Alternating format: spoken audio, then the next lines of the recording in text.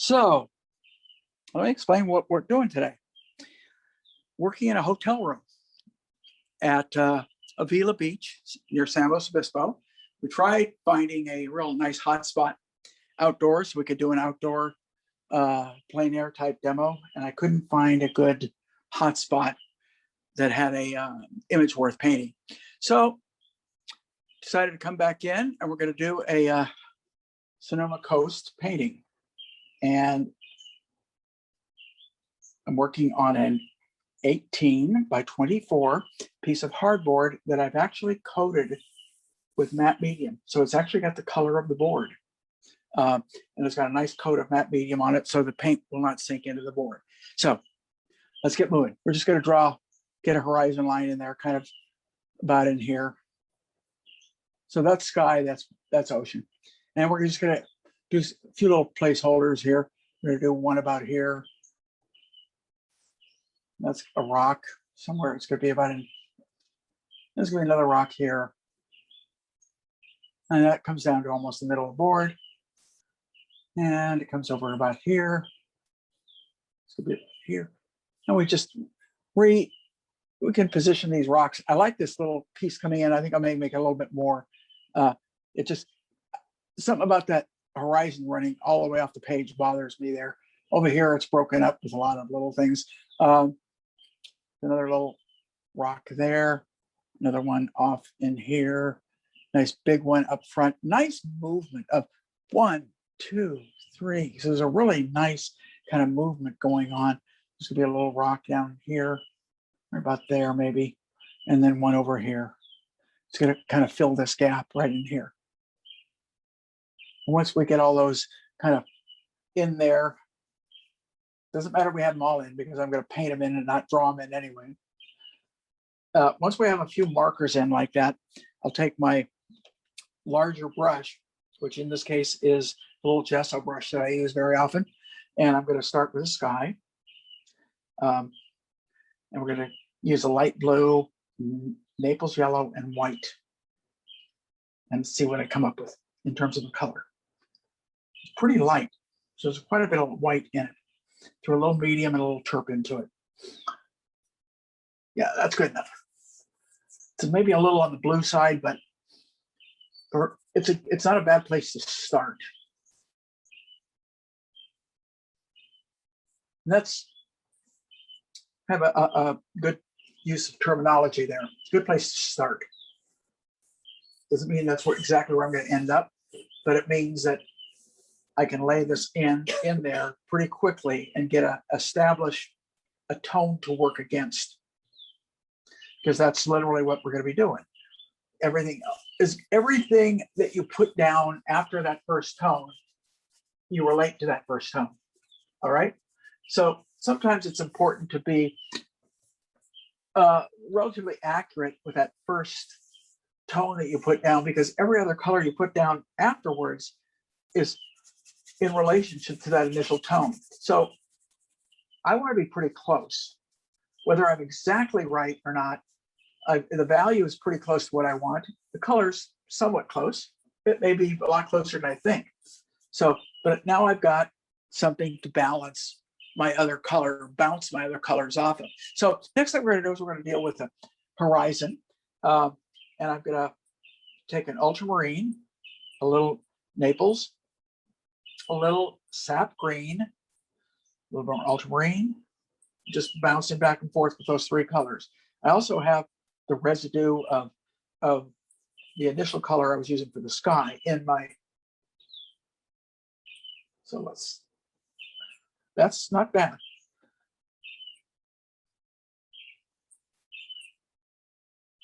Okay. And I just want to brush that edge a little bit so it doesn't become too much of what we would call a knife edge. There's a degree of softness to it. It's still firm, but it's not hard edged. It's not like we took a piece of tape and taped it off. All right. And that color and value seems to be about where I want it. I'm working in this situation where I don't have the best light. It's really bad when you work in a studio, you work outside and you've got enough skylight. In this case, I'm a little on the dark side. So, and if you wonder why I'm telling you this, I'm making my excuses right now in case it doesn't come out very good. Literally, what you want to do is you want to have good light on your piece. This is almost adequate. In other words, it's not great. So let's keep going. I want these colors that I'm putting in, I don't want them to be real thick and juicy, just because I know I'm going to come over with some whites, with a white water. So we're going to go in there. We're going to start to lighten the color. So all I'm going to do is throw a little bit of light blue into it, maybe a little white. And that livened it up a little bit right about there. So we need a good base to work off of, which is what I'm trying to establish now.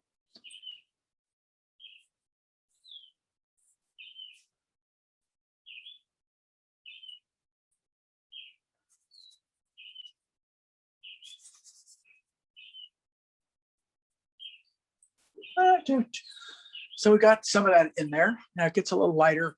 Around the middle of this, it gets a little bit lighter. So right about in here. And I don't know if I had those rocks in the right place anyway. So if I have to paint over them, I don't. I'm not gonna lose a lot of sleep over that, you know? Okay, let's start to get some of the rocks in. I happen to have a second. So I'm going to use that. And I'm going to take the Asphaltum. And I know last week somebody asked me about Asphaltum, and I said my comment pretty much about why I use Asphaltum. For years, I used burnt umber, and I still do, by the way. It's not that I don't. And when I discovered the Blick Asphaltum, it had some of the characteristics of the burnt umber, but it was darker. Now it happened to be a little warmer too, which can work for you, can work against you.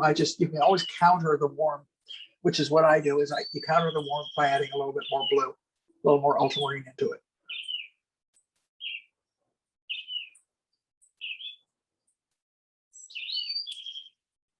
Right outside the door, the bird serenading me. And I appreciate that. Okay, so we're coming in, and that's just a touch of white, Asphaltum, and a little ultramarine blue. And the blue is just basically there to. So then there's another little feeling of rocks right about here. That works its way out to about here. Now you got to remember, I'm painting in on top of wet paint, so it's very important that I don't overpaint too much, because the minute I start overpainting too much, I blend it right into that color. And if you want it blended in, then that's fine. I don't. And this rock is a little higher than I have it placed, which I told you I was probably wrong. And that has to do with, I didn't spend a lot of time in the drawing because I knew I was going to be moving things around as it is. You move things around for two reasons. One, because it's what it needs. And two, is because design-wise or compositionally, it works better. So you may change the way it appears in reality for the sake of the composition of the piece. A little piece of a rock right about here. The reason I did that, I don't want these to end at the same point. It has to do with composition. A little darker. Remember, I kept a little white in these colors. Now there's a light rock right here. And then there's a dark rock right there.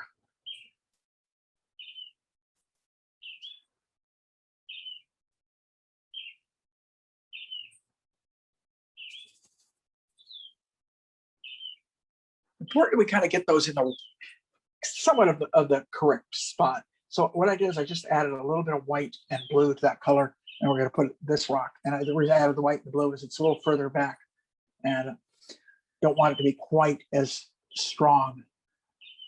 And we're making it come more into the picture than it is actually shows. Okay. So now we're going to leave that alone. There's some lights up in here that I just haven't put in. Going back, adding a little bit more ultramarine and a little bit more asphaltum, maybe a touch of light blue because I went a little too dark too quick.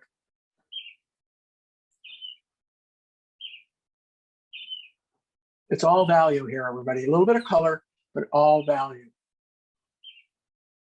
Meaning how dark or how light is it. It's a lot of little rock activity going on in there. So we're going to try and hit one, hit another one out here, comes out in here, another one below it.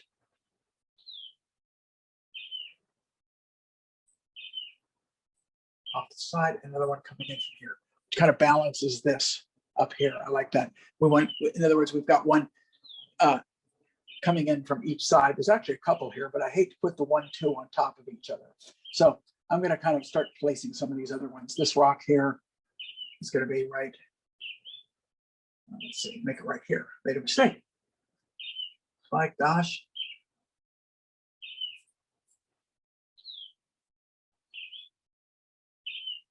And I'm just placing rocks now.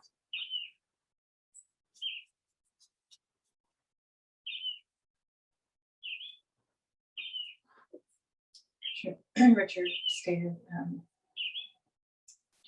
a little criticism value, just the word color gets the credit. Yeah, that's exactly right. So I can shift colors around. You can too. The reason I'm telling you that, I don't like that right here, so to be up higher. It's a nice big rock right about here. Let's put this one in. Yeah, that's about right. Sounded like I was whining there, didn't I? Mm-hmm.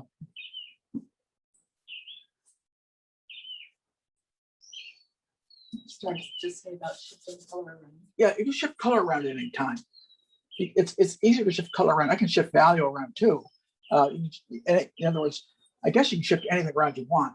It's easier to kind of augment the color if your value is already there.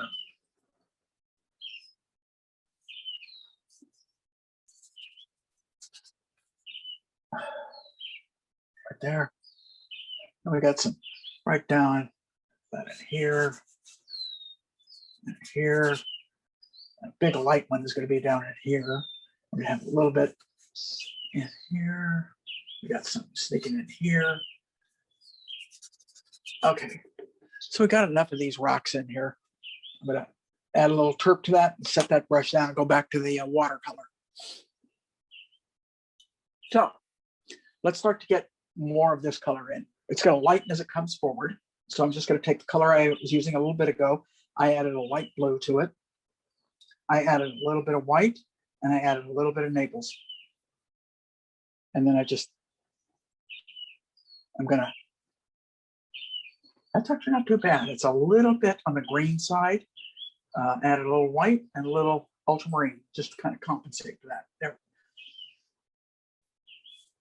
I don't mind if I get a little bit of intensity in the water, just because it kind of needs a little bit of snap. And one of the things that a lot of individuals do when they paint water is they paint a blue. They paint a watercolor. And water is reflective, very reflective. Moving water is less reflective. Water that's moving, but water that's quite still and particularly water that's sitting on the sand, it's like wet sand. It's like what you have in essence is like mirrored sands. And so you want to capture some of that. And you bounce back and forth. If I put a color in and I don't feel it's right, I'll change it. You know, it goes back to something I continually say. Just keep jumping ahead. And if it doesn't work, fix it. If it works, leave it. Many a time I've come up behind a student in class and they're second guessing themselves. And almost always it's like I get to shout out, leave it alone, leave it alone. Don't mess with it. It's good. It's not, you're over worrying it. Later, you may decide you want to change it, but right now it looks pretty good. So keep that in mind, everyone, because I mean, this is a pretty common thing that you will second guess yourself quite often. It's human nature. It's painter's nature, huh? Because what happens is you go, well, that doesn't quite right, and you want to make it just exactly right. Get it close. Get it close. Then if you need to adjust, but get it close in the beginning. Don't sit there and fret if it's an inkling off here or there. I mean, if you want to put a green down and all of a sudden you put a red by accident, yeah, you're wrong. But generally, one of the things that I try and tell people is don't oversaturate your colors in the beginning. Saturate them later on, because your painting will hold together in terms of color harmony more so if you keep your colors a little bit more unified in the beginning and separate them more as you move towards what one might call completion.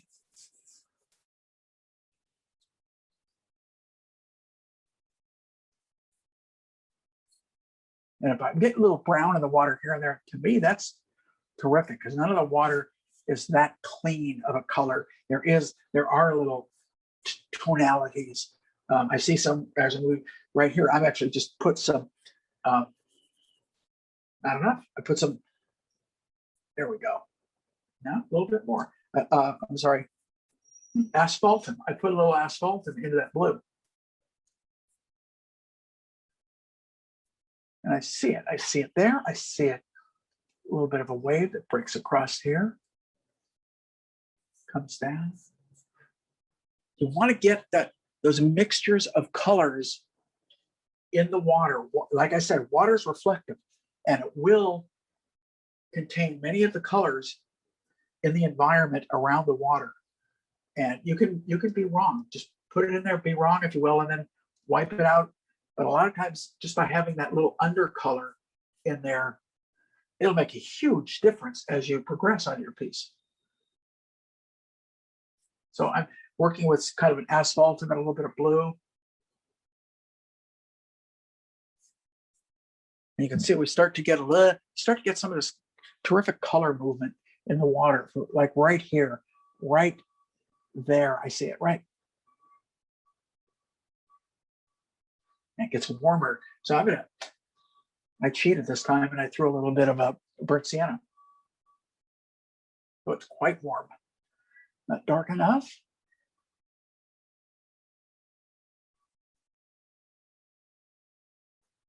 And a little more blue into that, so it isn't quite as brown, but I do see some nice rich dark colors back here underneath the waves. So we start to get some of that movement of color in the water itself. Color and value both.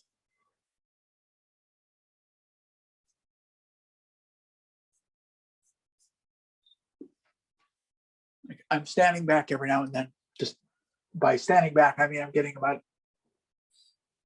stepping back about 2 steps from actually where I'm working, just so I can see how the whole thing is laying up. I'm getting a lot of glare in some areas, so I can't even see over in here. All I get is glare as I look. So if I move back here, I can probably see a little bit better. All right. So this looks like it's, let's put it this way, looks like it's shaping up.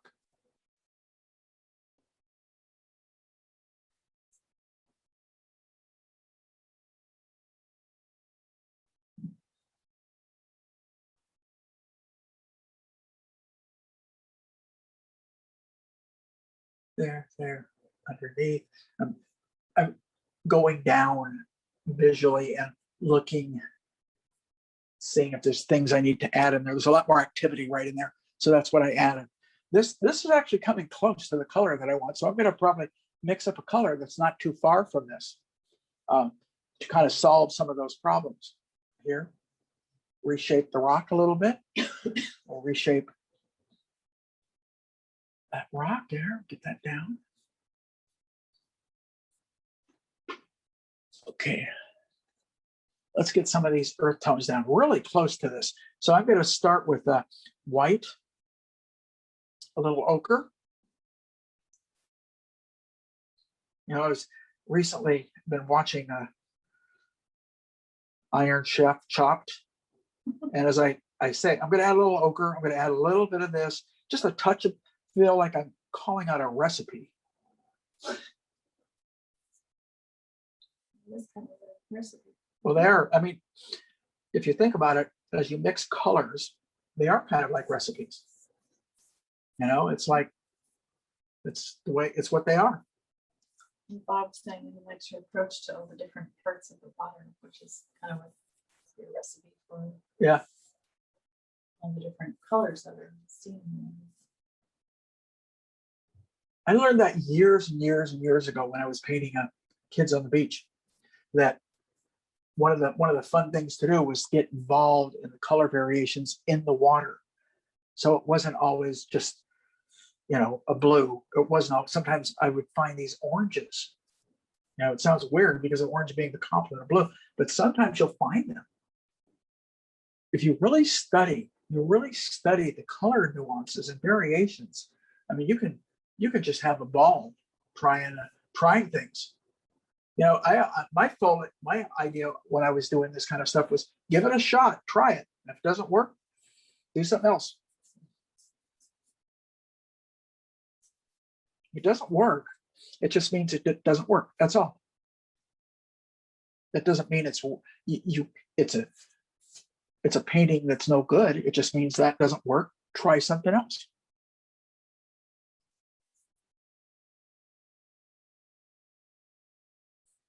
It's almost harder to do on location when the water's constantly changing. The water's changing, but in essence, it repeats itself somewhat.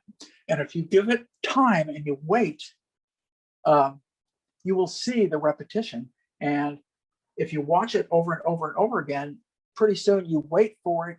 Okay, paint it. Wait for it. Okay, paint it. You know, that kind of a thing. And then after a while, you know it so well, you don't even have to wait for it. You can actually just put it in there.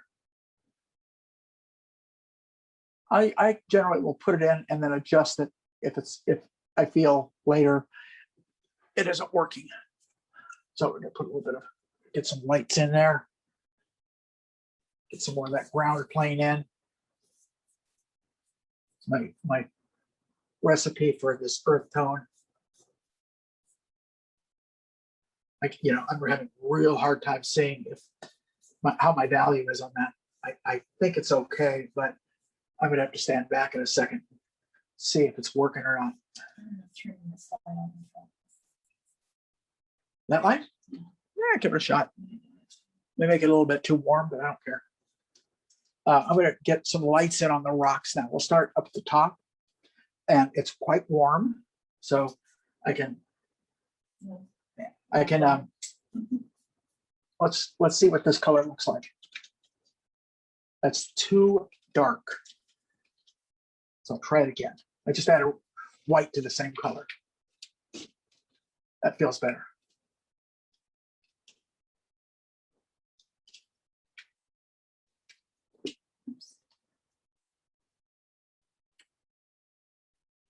It's a little dark on that edge. So if I've got this brush with a little dark in it, I can kind of go back and smudge it. And down here, now there's muscles on these rocks. And I don't want to overpick them. If I were doing a real finished painting, I might eventually come back into them. But for the sake of this painting, I'm probably not going to put the muscles on the rocks. Get that piece of rock in there. and the way it kind of spits back.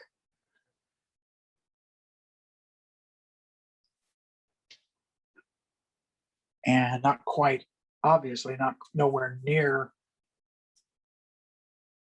as light.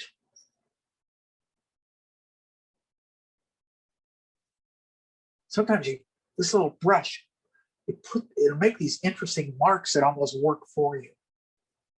This goes back to when you've heard me say in the past, let the brush do if you let the brush do the work, not you. And it's kind of what I mean when I'm right in here. Let the way the marks are going down based on the way the brush is making them, rather than you force them in there.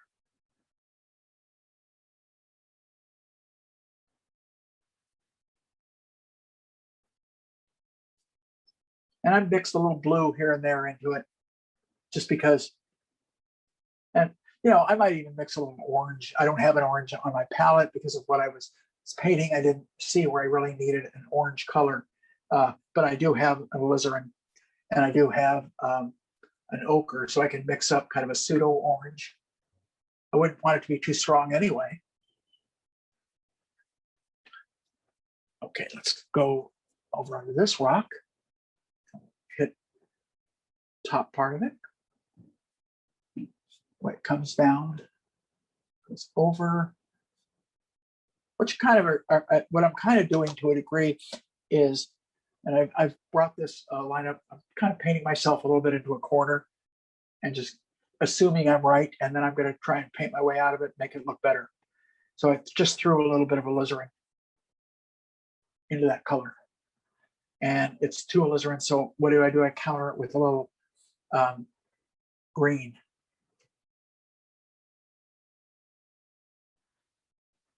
And if I'm wrong, it doesn't hurt, because these rocks could have all kinds of different colors in them, and I'm just making them kind of the colors I want them to be.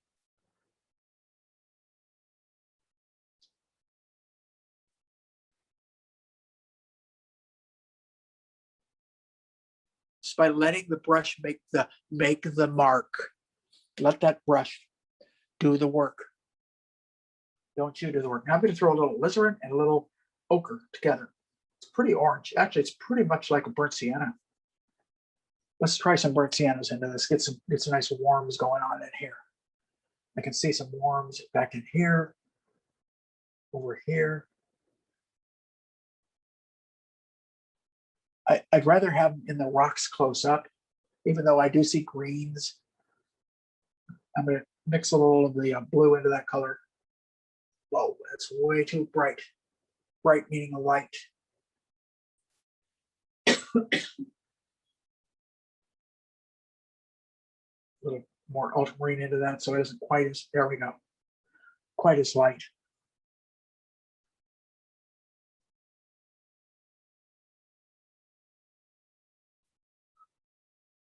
Okay, go. I actually am using 2 of these little brushes. One is has more lights in it, and one is darks, and it's working for me pretty well.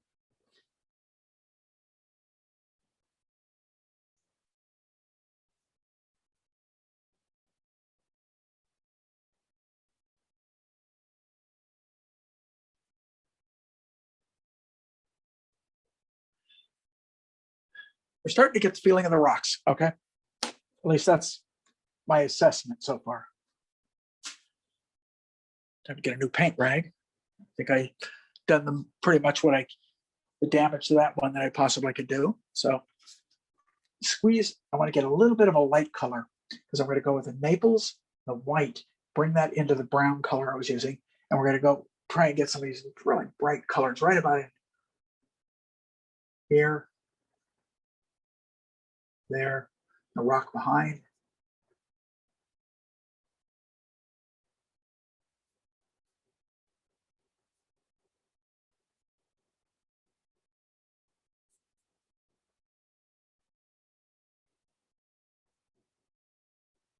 Little pieces of light here and there. Wherever I see them, let's put them in.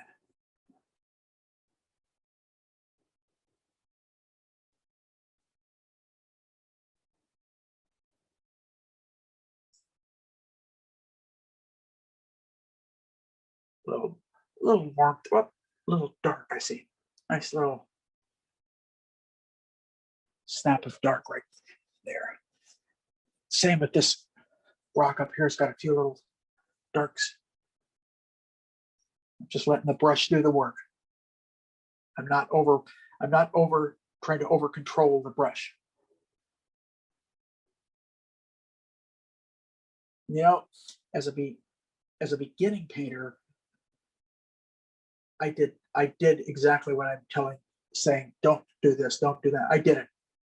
In other words, I wanted every stroke to be just right, so I would over control the brush and not let the brush do the work.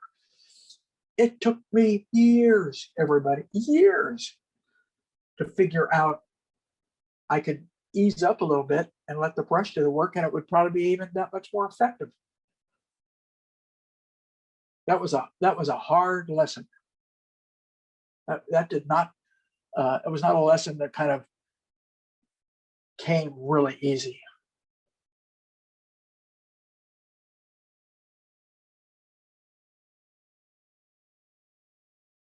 Because if you think about it, you can really make nice, interesting marks with your brush simply. You do not have to sit there and try and just think indication. That's probably the best advice I could give with regard to that type of thinking. Think indication. Don't think that you're doing you're depicting something exactly the way it looks. You are indicating it, and you're making it feel correct.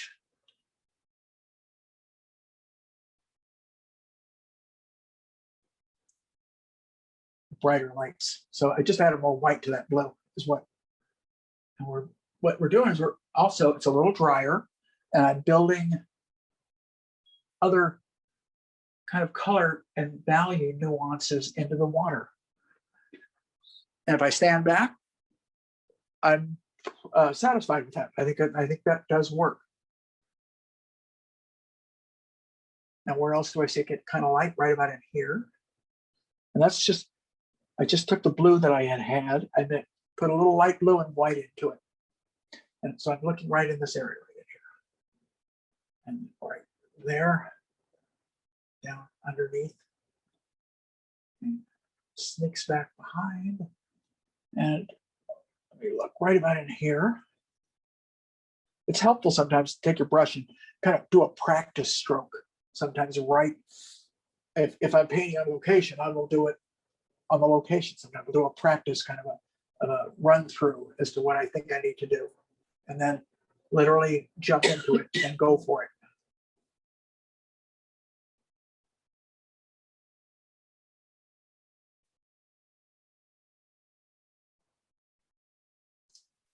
Sandy is bringing up that brushwork is one of the hardest things to learn to control when the work looks stiff. Yeah. Letting brush do the work is also never elusive painting. I agree with you. I do agree. It takes a while to let go of the control that you think you need to constantly use and let the brush actually do the work. Once you learn that, once you start to get the feel of it, your progression will happen quite quickly. The progression from that point on will go faster. But I don't care how much or how well, I should say, you understand it intellectually. It takes a while to get to the point where you feel like you can just let it go and trust yourself a little bit. So I can sit back and I can tell somebody, trust yourself, trust yourself, trust yourself. It's, intellectually you understand it, but to try and literally pull it off is a totally different, because in the beginning you think you're trusting yourself and you are more than you used to, but not enough. And so it takes a while. And again, once you guys do it and you get the hang of it and you just let it flow, two things are going to happen. It's going to be more effective and you're going to have more fun. Both of which are outrageously important. Melody was asking, what is the light, the light blue that you're referring to? Is that the Gamblin radiant blue? No, it's Blick light blue. Okay. What light blue? Blick light blue. Yep. Um, The radiant blue is fine. I discovered the Blick light blue when I was in the store one time, and I saw the color and I went, "Hey, that's kind of cool. I'm going to try that." And I do that a lot. And I'll discover colors that way, where I'll think, "Hey, that's kind of neat. I think I'll give that a shot." And all of a sudden, you have a new favorite color. That's what happened with Asphaltum.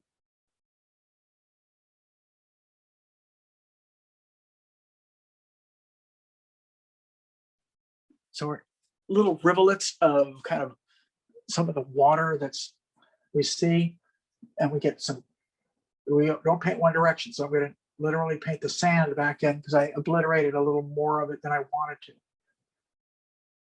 And I just, as I glanced down and I glanced back up, I noticed colors up in there that tended to look a little more violet.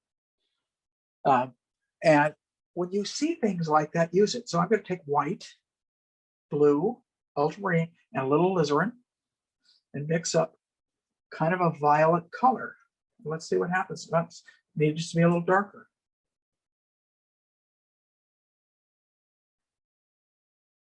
It may work and it may not, but it's going to be fun to try it. And after all, I want to have fun. You know, girls just want to have fun. Cindy Lauper. Just so you guys know, guys do too.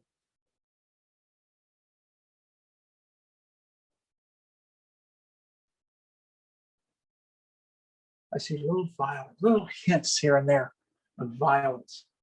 It could be a cool violet, meaning there's more blue in it, or it could be a red violet. What I did is my violets were a little too strong, and I threw just a touch of ochre into it to mellow it out.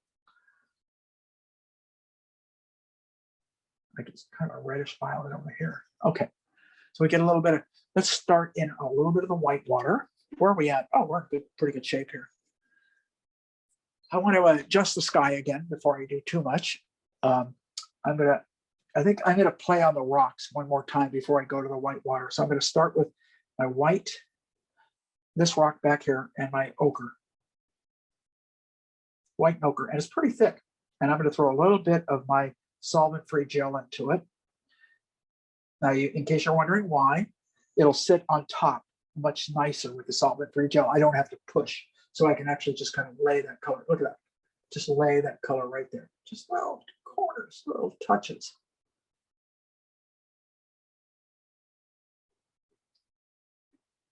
Now look how bright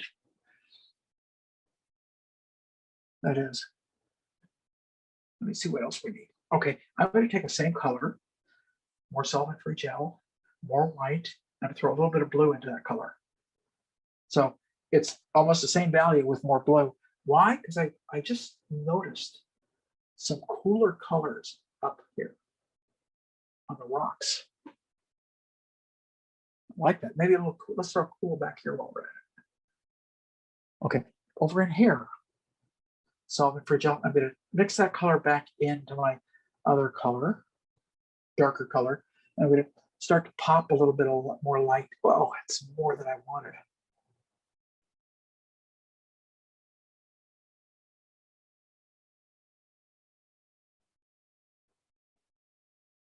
It still may work, even though it was more than I wanted. It may be okay.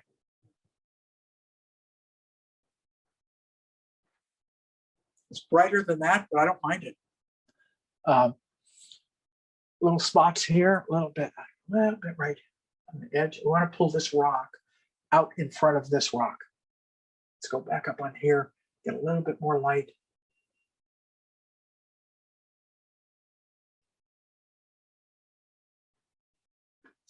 And I'm going to throw some warm, a little bit of a burnt sienna into that color. And we're going to see if I can hit a little bit.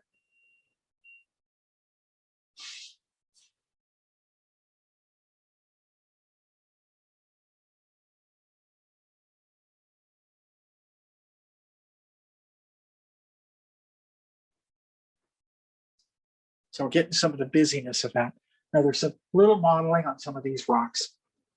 It's hard for me to see because of the, but if I look carefully, if I get at the right angle, I can see that this rock here is a little lighter.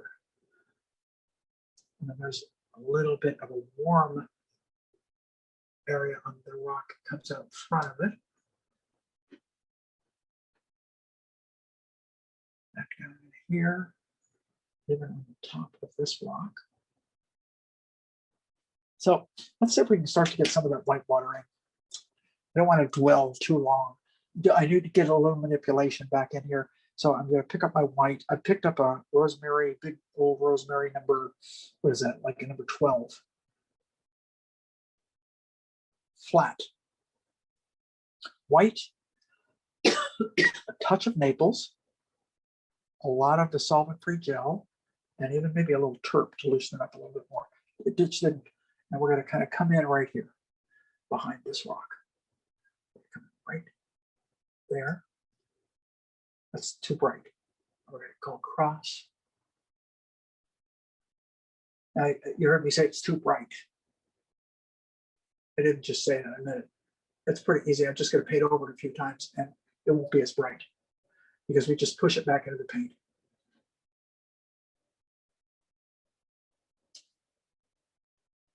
And up at the top.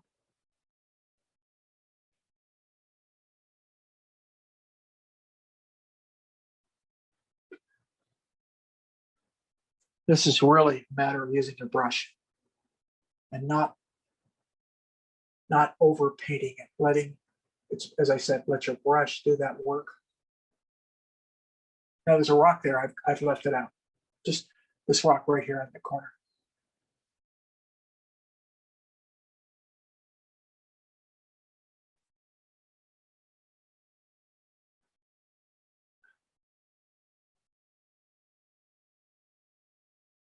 A little bit of a splash.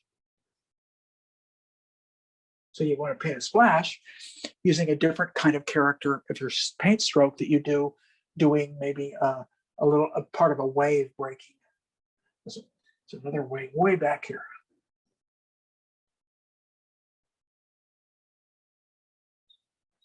Leave it alone. Talking to me, not you.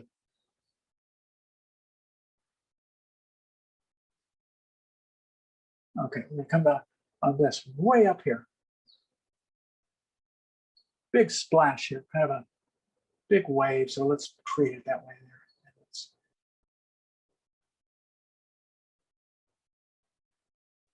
And then a little bit, I can always go back and adjust this if I have time. I don't like that at all. So we just kind of trim it out a little bit. Feels a little bit better right there. And then there's another wave. Comes over right there. Let's walk up in front. Don't be afraid. I use my fingers when I need to, guys. You use whatever you have that will do the trick.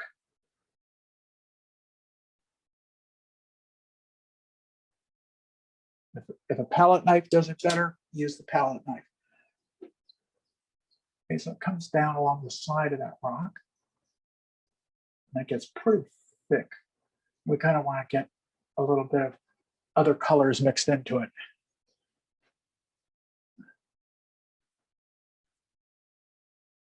Whoops, try it again.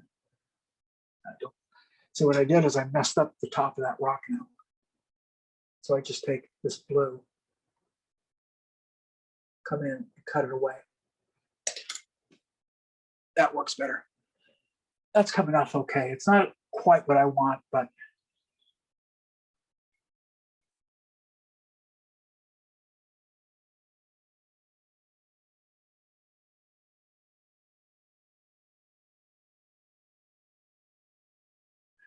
okay. I have to keep standing back to see if it's working. It feels like it's kind of working. Okay. We're doing this pretty quick. And a lot of times when I like to do waves, I like to work on, put them in there and go manipulate them a little bit. And I don't know if I'm going to have the time to do the manipulation. It's more of like a quick plein air indication.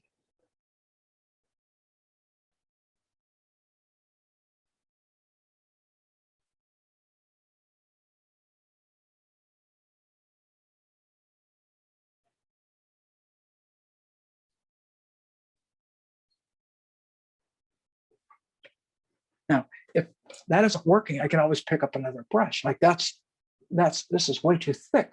So I'm just going to take this color here and I'm just going to trim it on down. And if I want to splash it, then I can bring it down a little bit. I can pull it down if you want. So, you know, just because you put it in there doesn't mean it has to stay exactly the way that you put it in. So I am going to put this rock here, should be up here, but it doesn't really matter. I'm going to bring a wave over it.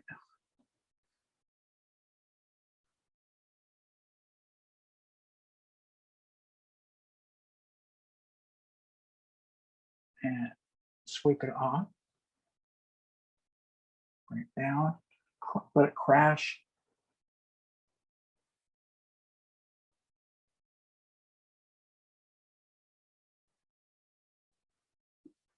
Got to keep stepping back. See if it feels good. Got to get rid of this, flatten out the bottom. It's got to get a little bit more reflective light. I can see right there, a little bit of touch of the light, right? Too thick. And I'm going to mix that in with the blue.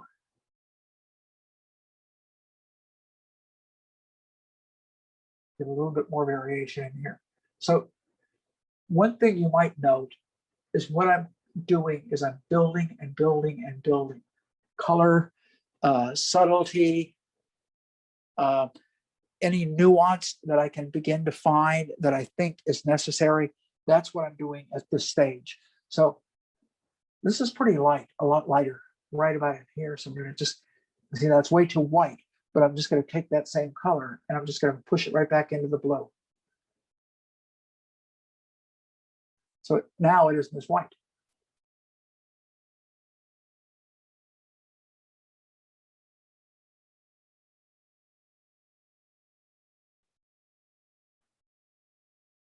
Now, this feels very flat to me when I sit back, and I see a little bit of a tone that kind of sweeps down from here, and that helps break that up a little bit more. All right, so we're looking for reflections. We want to get this in. This isn't quite as white as that. It's still pretty white, but it's not quite as white. So I have a little more blue mixed into it this time. And we'll go from there. We'll go right there. Up behind it. So it engulfs it, it goes around and then comes in front.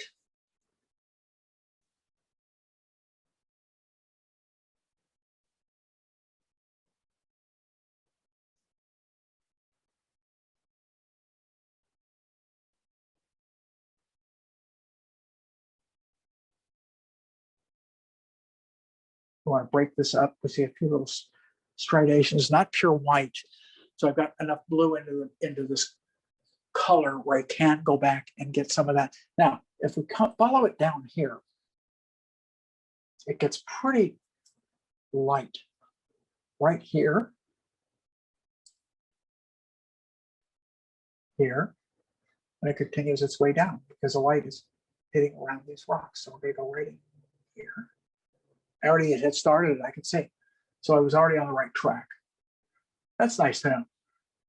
It's nice to know that a decision you made earlier was actually correct. So we're getting that kind of reflective area. I see it right here, right there. And I see it moving its way from there to here. We have it here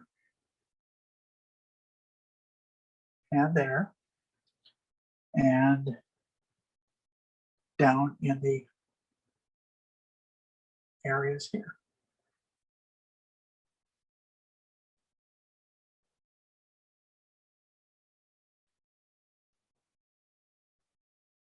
All those wonderful little rivulets. This is the kind of stuff, honestly, you can kind of get lost in color and mixing like a little bit more ultramarine white now. And just picking up all those kind of mirrored, weird, kind of warm, cool reflectives in the sand. So I see a little piece of white water happening right there. So we're going to go back with my white, mix it back into that kind of blue color I was just using. And we're going to kind of come right.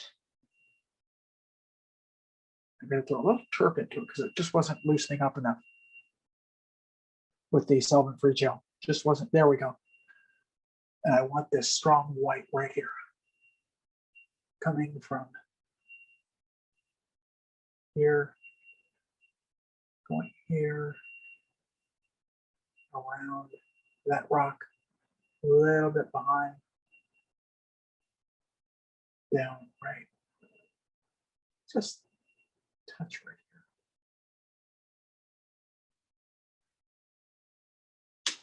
here. Like that. Get rid of it a little bit. Get a lot of highly reflective lights. So I added blue to the same color because I don't want it as white, but I want a lot of bright reflection. So it's the same color with a little blue in it. It's more of the light blue.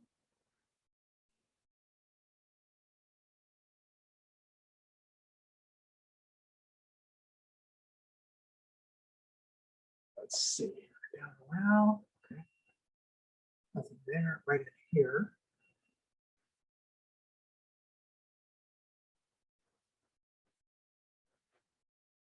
It's beginning to work. I'm not crazy about the way this looks right now. I think this I could stand to really get that look a lot better. So I took the dark that I already had mixed up and I threw some alizarin crimson into it. Why? Because it's going to come forward.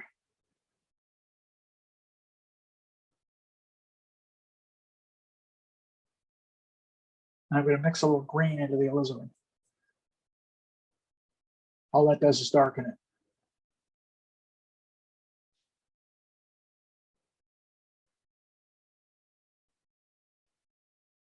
And let's take and hit some lights on some of these rocks, like right here.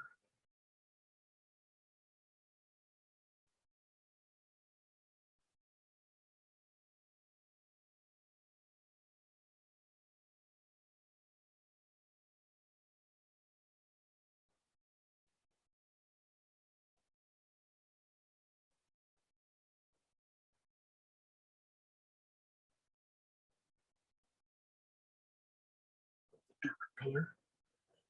Get that rock in there. Take some blue. Take some asphaltum. Get some a few little darks.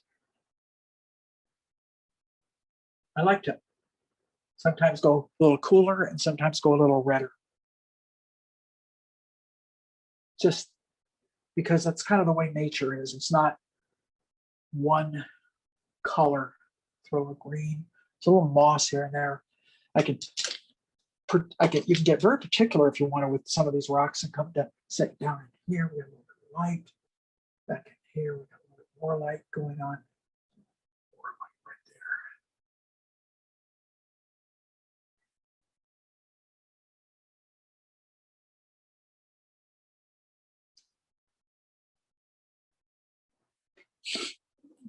So I got to stand back here, see how it's shaping up. Parts of it are good. Parts of it, I know I need to work on. And, we're at a point where I've only been on it for about an hour now. So now I'm going to take the time and I'm going to reassess some things. Number one, I think I can adjust the sky a little bit. And if you recall, when I actually first put that in, I brought up the fact that might be off a little bit. I might need to adjust that. So I'm going to take this big number 12 that I was using for my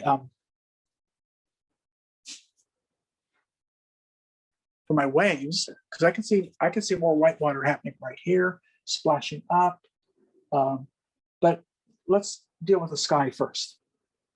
I'm going to step out and grab a little bit more white because I've been using white water. So I'm going to squeeze a little bit more white out of my palette. And I haven't gone with the knife. A lot of times on rocks at the very end, just to really create that different kind of a textural quality, I will go in with a knife. I do want to separate a couple of these rocks just a little bit. Okay, same here. Bring that There we go. So I do want to get that sky. So I'm going to clean off to a degree my brush. I'm going to add a lot of white. It's bluer and then it gets warmer. So I'm going to go with a warm. I'm going to take a little Naples and just a touch of alizarin.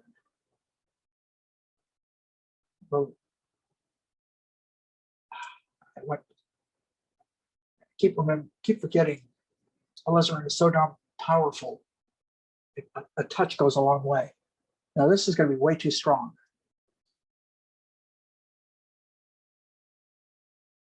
Warn you. I'll show you what we're going to do. I knew it was going to be too strong. It was actually planned because this is going to become part of the other color. It's not going to stay just that color. This color is now going to mix in. So if I take Terp now, or solvent-free gel, which I'm just about out of. Where? Just take Terp. And I'm just gonna, with Terp, I'm just gonna go over that and blend it right into the color that's there.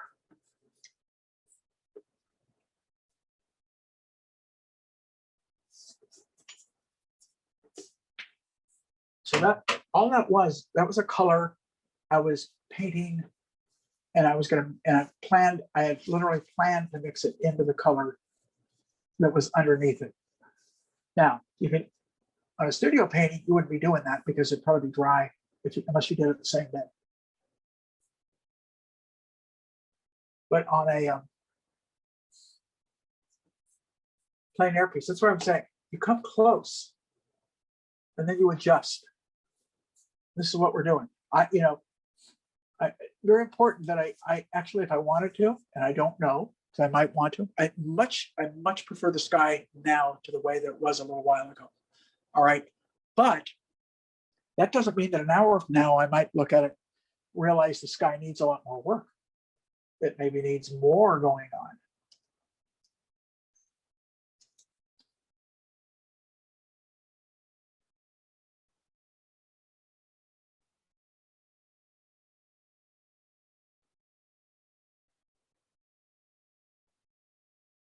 All these little, like there, that's too light. So what do? The same thing when I put it in. If I don't want it that light, if I put it in, it's too light, add a little Terp or a little medium and just push it right back into that blue color that's there.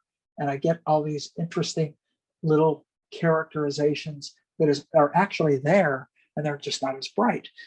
If I want, on the other hand, to get an area where I get a lot of brightness, I can, because I have more solvent-free gel in my palette now, it's really easy to do this. So I can actually take and start to get stronger right here. Not enough. Let's do it again.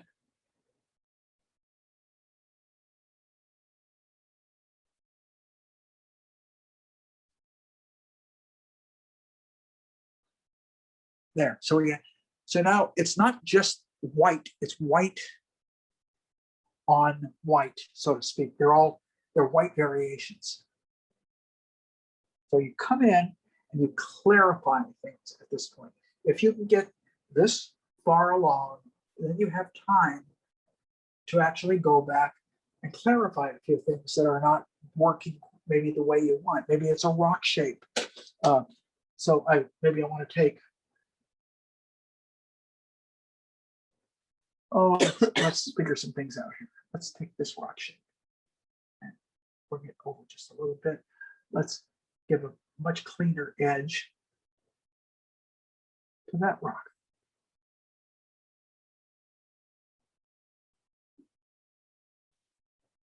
Let's break it up in here. Got wonderful little crevice in that rock, and I can see more of them.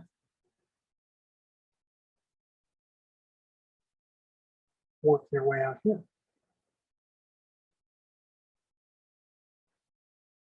So you can take what is almost kind of a flat shape and give it character, give it modeling, give it anything that it needs. If you have that nice base value in there, you can build on it. If that base value isn't in there, you have nothing to build on. So that's very important that you do get that first snap of value in there relatively correct.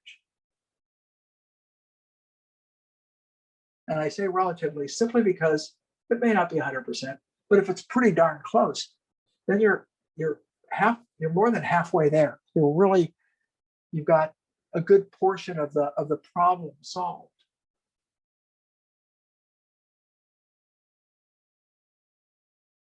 If I know I have my value right, and I see that maybe I need to add a little red or a little blue, then I make sure keep that little nuance of red or blue comfortable in that value that I've already established. Up front, we're doing this up front. So what am I doing? I'm going really dark.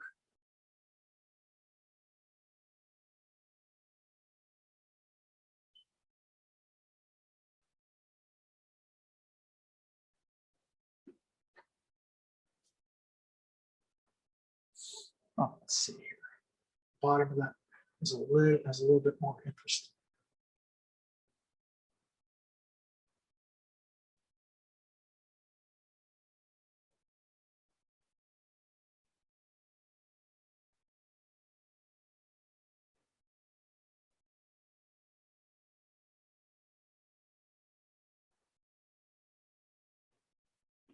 There we got these nice couple of rocks up front here.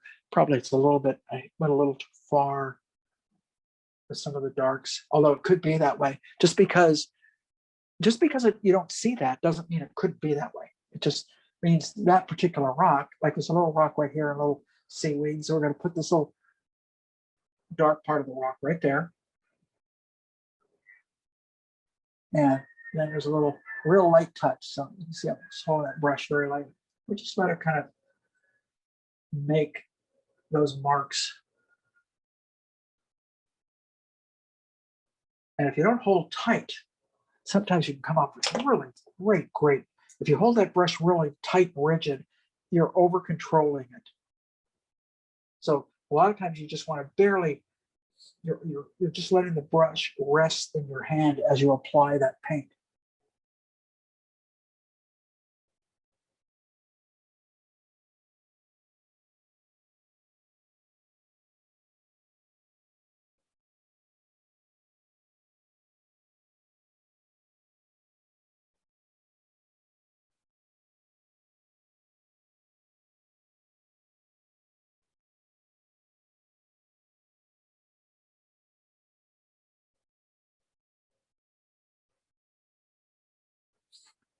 So what I'm trying to do is I'm trying to keep the ocean active because that's how I see it. It's not a real clean. It's got a lot of movement in it, and the movement creates color variations and value variations. If it were really flat, then we wouldn't have much movement and we wouldn't have all the activity that I'm actually applying to the ocean itself.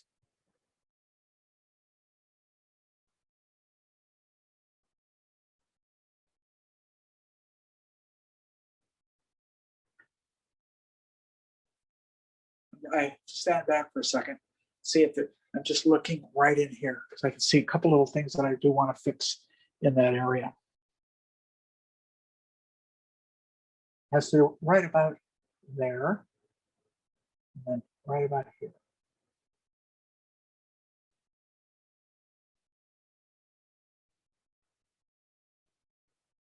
And looking, seeing if there's any other spots. Yeah, there's some right here. Right there.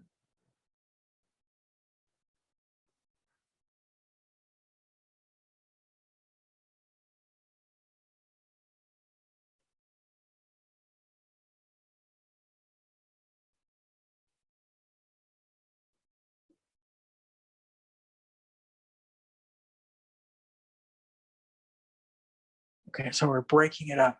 That's basically, I don't like that right now. I just stood back. I don't like that. So we're going to break that up just a little bit right here.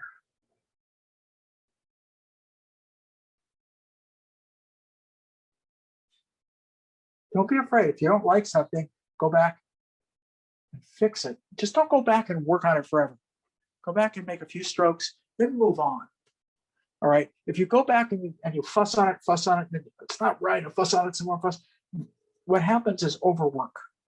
And that could be the detriment of a painting. That can really be the death of a painting. You really want clarity and cleanliness and kind of a degree of spontaneity. You don't want to sit there and just work every little, unless you're doing a super photorealistic, and then you just need to kind of go bring it up at the proper time. And by that, what I mean is don't try and do too much too quickly. Let your painting emerge.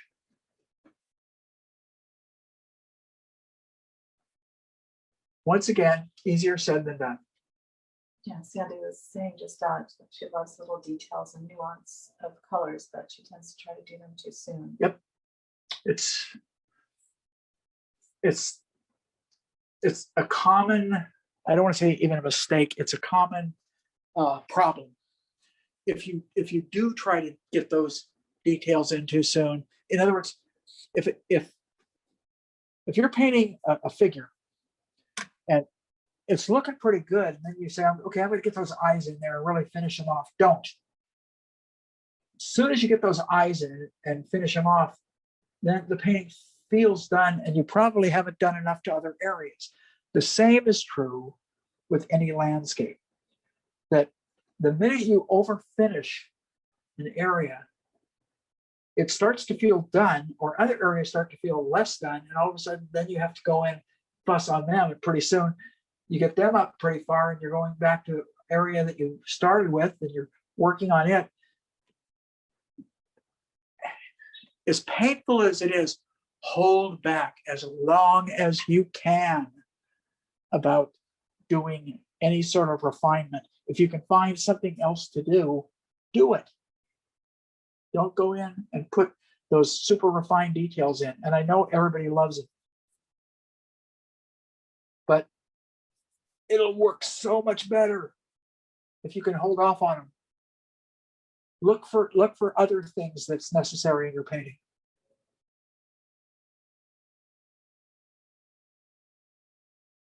Like I said, a lot of what I say, I know that people understand it completely. There's not even a question. Oh yeah, I got it. And you go to do it and you kind of get lost because something grabs you, maybe a texture or a little detail or a crevice in something. And you want to get, oh God, I want to get that in there. And you get it in there and you probably put it in too soon. It doesn't fit comfortably into the bulk of the painting. And then you've got yourself into a big problem. So I always say, go back to the stage where it looked good and look complete, go backwards. And if at the end of a session, if you're going to paint for a period of time, you know you're going to go back onto a piece and there's things that bother you, take your brush and smear it, blur it. So you don't have to go back and fight that thing. Then you go back and you kind of clarify it at a stage where you're looking at it a little bit more objectively, because we don't look at our paintings, and this goes for me, not just all of you. We don't look at our paintings that objectively as we're painting on, which is really difficult. Because when an individual comes in and they look at your painting, look, I'm trying to find a good way to state this. Let me see if I can state it this way. When we paint from, not our imagination, but when we paint from subjects, what we're doing is we're judging the marks we're making, the tones we're putting down, we're judging those tones based on the subject that we're looking at.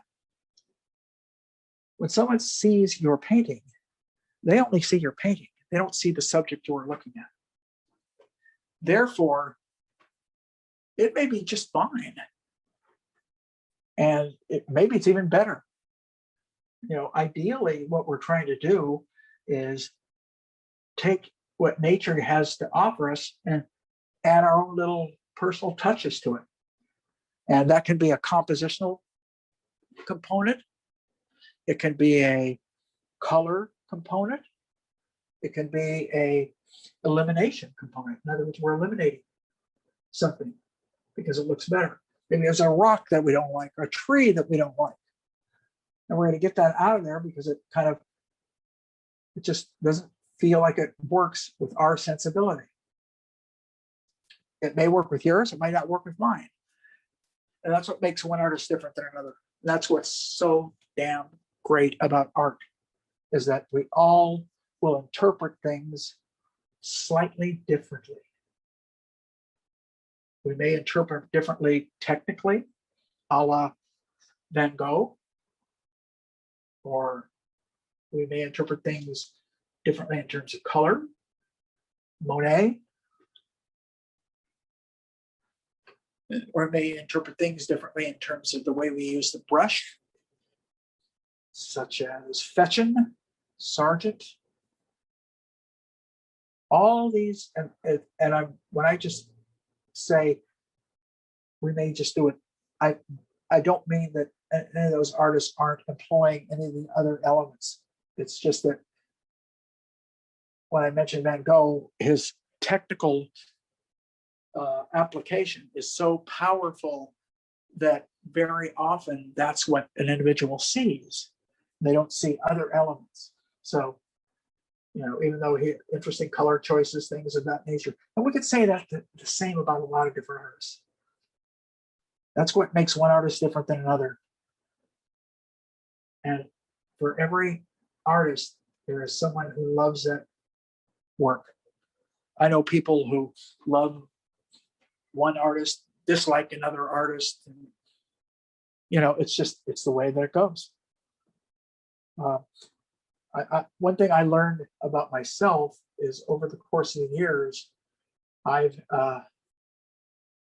broadened my taste, and the artists that I might not have liked 20 years ago, or I shouldn't say liked, but might not have been as enamored with.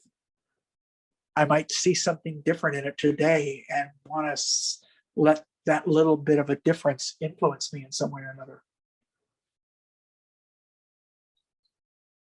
Because to me, the way that we all grow is by looking at other art, whether it's contemporary art or whether it's art that was done years ago. Every great artist builds on top of the artists that came before.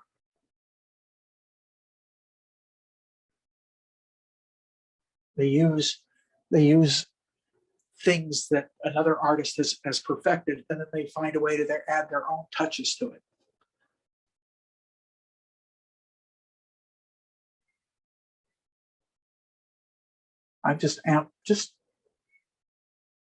As I step back, I'm seeing things.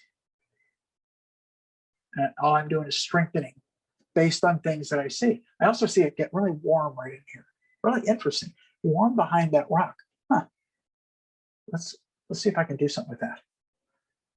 I'm going to take some burnt sienna into some of these other colors that I have that are kind of neutral. And we're going to just lighten a little bit right behind this rock and warm it up.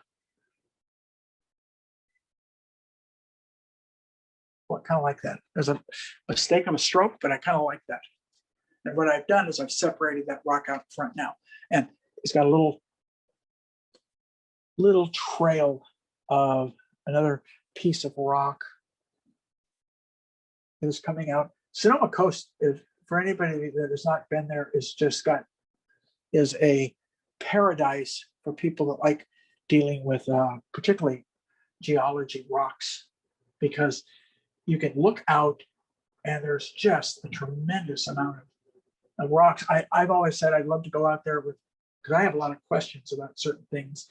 You can look a quarter of a mile out and see a plateau. It's got the exact same characteristic as where you're standing. And at one point they were probably joined.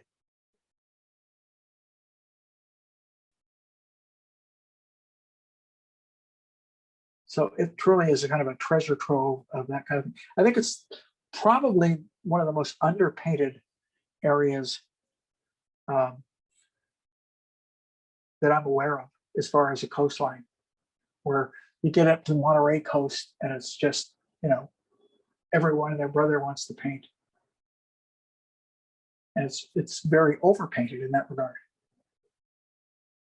There's still a lot of room for interpretation. One artist will see it a little differently than another artist, see other different possibilities. So I just happen to live near the Sonoma coast. So for me, it's a great area to be able to kind of go and paint on location, explore. Doesn't have the drama of some of the big cliffs that there are in the Monterey coast. So a lot of people paint what's around them. And again, it's how you vision, it's how you see it. It's not, what can I add to it? How can I make this image that, you know, 2,000 other people have painted? How can I make this a little bit more of my image, my own?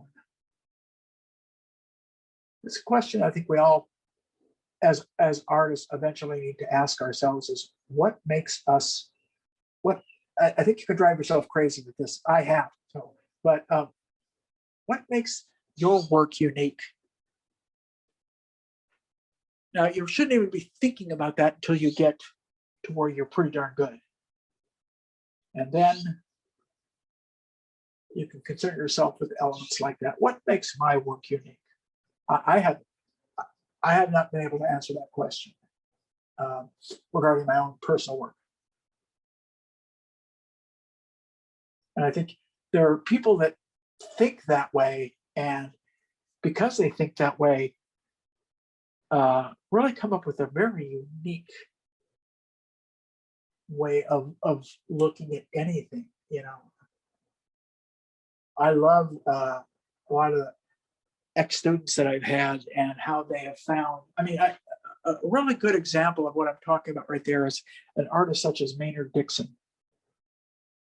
And how you take somebody like Maynard Dixon and you say, he decided to take the subjects that everyone else was painting and put his own twist on it by making it a little bit more design oriented.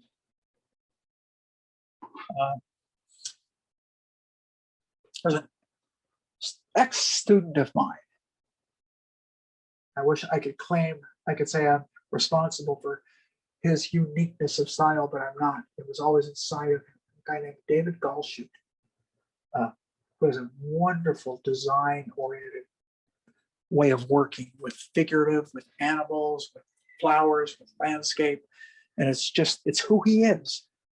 I don't think he had to go through the mental gymnastics of deciding what makes my work different. I think there are artists that are just like that.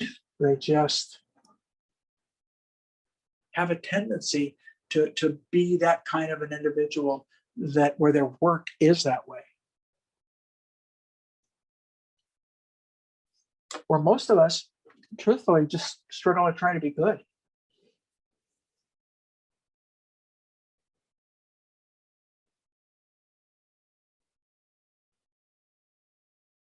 I know for myself, that was my goal. Just want to be good. You know, and to this day, I feel like I still struggle with that.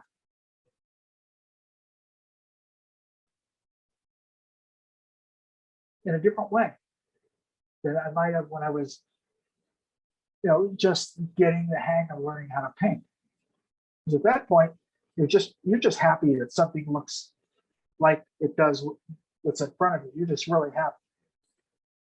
Once you get down to where that's starting to work for you, then you have to, as I like to say, then it gets hard. Then it gets really hard. Then all those heavy-duty decisions come into play as to, what do I want to do now? How do I want to make this look?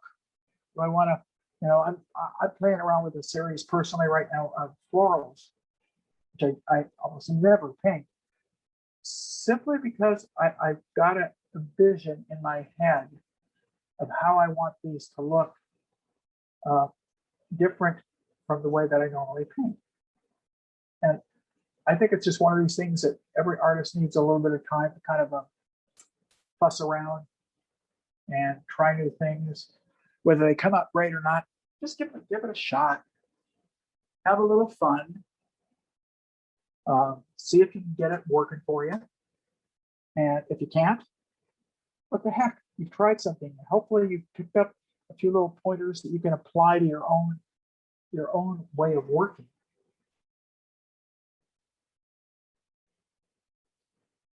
You mentioned David. David Galshut. Oh, gosh. How do you spell that name? Galchut. I think it's TTE, or I'm not sure. If you come close to it, it's really nice stylized. It's not, it has no bearing on the way that I work whatsoever.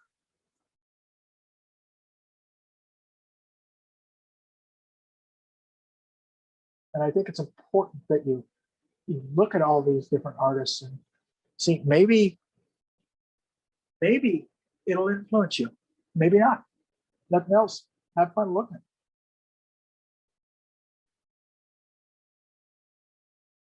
You have to make that decision. Is this how I want to work? Maybe it is, Or getting the activity. I'm just looking at these two light spots down here, bothering me a little bit, just because they're all a little too light. And I'm gonna mix kind of a neutral and take this back rock and just knock it back just a little bit. So it's bright, but not quite as bright. A little bit more textural qualities up here. Stand back for a second.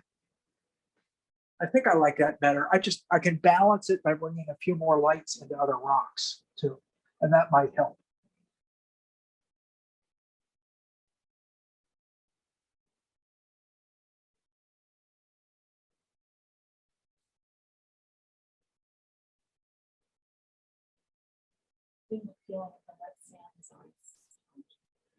Yeah, it is. It's fun though.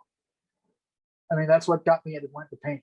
That truly is what got me to want to paint landscapes. I used to do art children on the beach. And when I started doing them, I really got into this whole idea of wet sand. And wet sand got me more interested in other parts of the landscape. And so it just kind of snowballed where and that's a lot of that. The other thing is seaweed, and you go back on that over and over and layer it until you get to the point where it's got the look that you're after. But it's one of those things that doesn't happen quickly. Make this rock stand out a little bit more by just lightening the colors around it.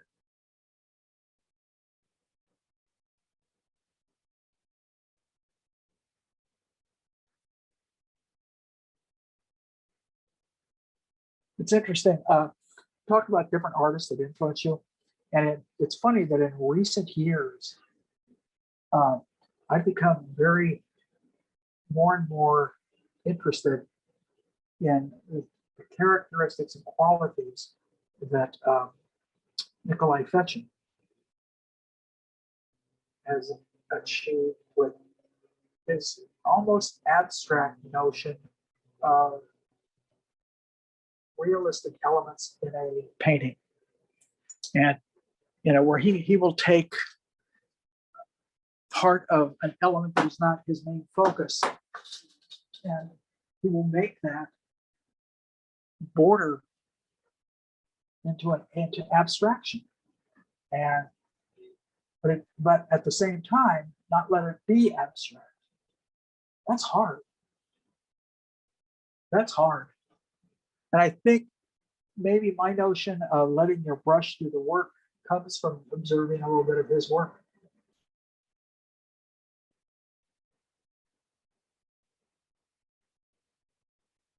Put a little edge to that rock.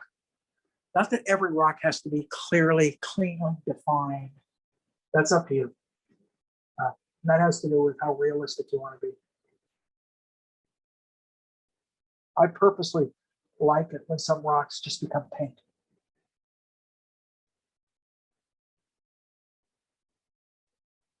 But that may not suit you. That may drive you crazy.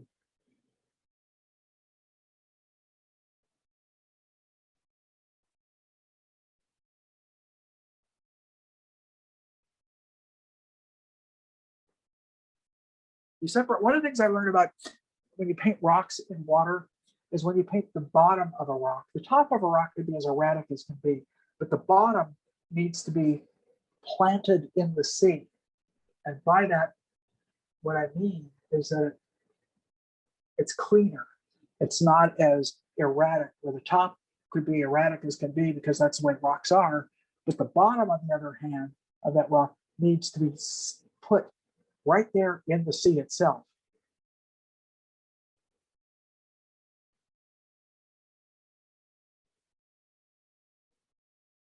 Sandy would like to know, what are your thoughts on the level of detail in the focal area versus in other areas of the painting?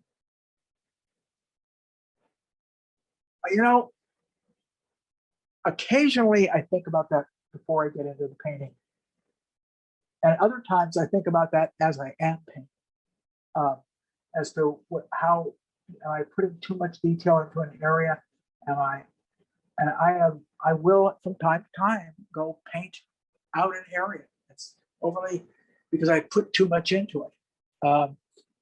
So my thoughts regarding that really has to do more with my feeling about the painting as it's progressing.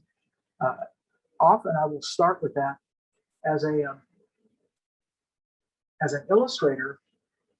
That was always pretty much dictated.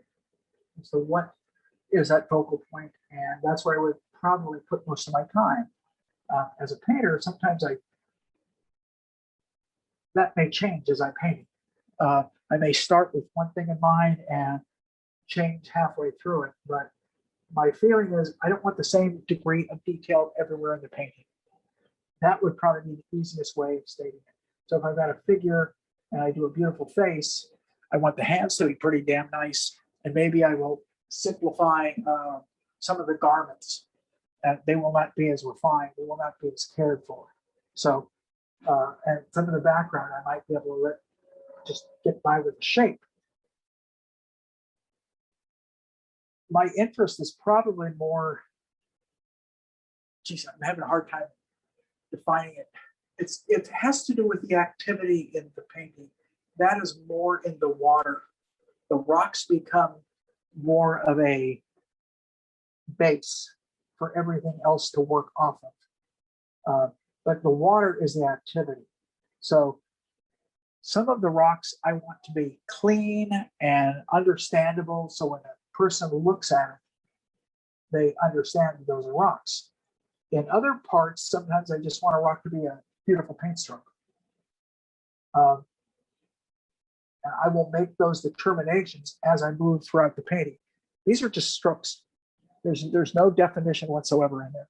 The shapes, somewhat important, but not extremely. So we are close to our time frame here. I try and hold this to a 90-minute session every week. Don't always do it. Been pretty close today. It reads pretty well. In standing back, I could see I could warm that sky up quite a bit more up in here as we move up. Keep it nice and cool right down in here. Keep this as is. Warm it up as it goes. So that's one thing I might do. I think I could brighten up some of the white water that I put in right at the end, because I painted it back. It wasn't quite as white, but now I can come over it and put the brighter lights in the splash particularly. Splashes are things that you sometimes put in, you take out, you put in, and you take out until you get the right look to it.